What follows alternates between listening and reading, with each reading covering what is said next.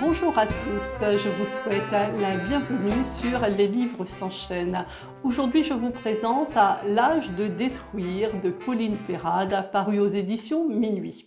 Je tiens déjà à adresser toutes mes félicitations à l'auteur qui vient de décrocher le prix Goncourt du premier roman. Et comme j'ai miraculeusement son livre entre les mains pour quelques jours, eh bien, je ne vais pas me priver de le présenter. Alors, déjà chez Minuit, moi j'aime beaucoup ce qui est paru chez Minuit, c'est toujours un gage d'écriture et un gage d'atmosphère. Et là, on n'est pas déçu. C'est l'histoire d'Elsa. Elsa, au début, elle a 8 ans et à la fin du roman, elle a une trentaine d'années. Et elle nous raconte ce qu'elle vit. Elle vit toute seule avec sa mère. Au début de l'histoire, on va dire, on est dans quelque chose d'assez classique, dans la structure et dans le fond. Au début, nous avons une petite fille qui vit toute seule avec sa mère. La mère déménage, la petite fille change d'école et on est immédiatement pris, en fait, par ces deux personnages, ce duo qui est sont assez morganes l'un de l'autre. Et on ne se rend pas bien compte dès le départ vers quoi on va. Alors, vers quoi va-t-on? On va vers quelque chose d'un petit peu... je ne vais pas vraiment dire le mot inceste, parce que je trouve qu'il ne correspond pas vraiment, même si dans la réalité c'est ainsi. Au début, voilà, on se dit que cette femme et cette petite fille ont une relation qui nous met un petit peu mal à l'aise et on ne comprend pas trop pourquoi, jusqu'au moment où nous avons la mère qui vient rejoindre la petite fille dans son lit. Et là, bon, voilà.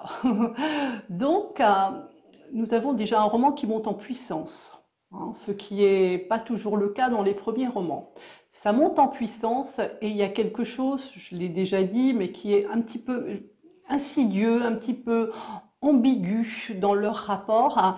Et là, on se rend compte, ce qu'il y a de très bien rendu dans ce roman, c'est justement le fait que il y a beaucoup d'amour filial qui circule entre ces deux personnes et l'amour filial vient un petit peu gommer la monstruosité du geste.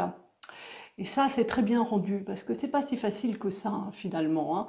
Quand on a une mère, une fille et que toutes les deux s'aiment et que on va dire la normalité des choses vient d'être franchie.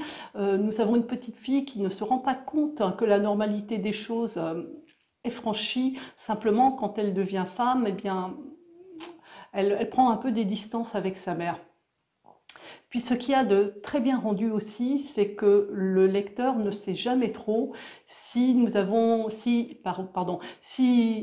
s'agit d'une petite fille qui a des souvenirs, des faux souvenirs qui remontent à la surface et qu'elle essaye de transmettre au lecteur, ou s'il s'agit d'une fiction, ou s'il s'agit d'un rêve, ou s'il s'agit d'un fantasme.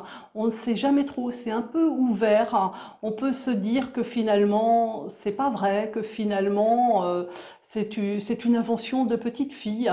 Voilà, jusqu'à la fin, et même après la fin, puisque lorsque le livre est fermé, moi j'ai continué à m'interroger et à me dire, est-ce que c'est vraiment des relations incestueuses ou est-ce qu'elle a inventé ou est-ce que... Voilà. Alors, ce qu'il y a, c'est que pendant toute la lecture, on est un peu au bord du malaise, on est un peu partagé entre l'attachement qu'on peut avoir pour Elsa et le détachement qu'on peut avoir pour Elsa aussi. Voilà, c'est très très bien rendu. C'est un premier roman qui est parfaitement réussi, que je recommande à tout le monde. Pensez à vous abonner si mes retours de lecture vous plaisent. Et je félicite encore l'auteur pour ce prix prestigieux. Merci beaucoup et à bientôt.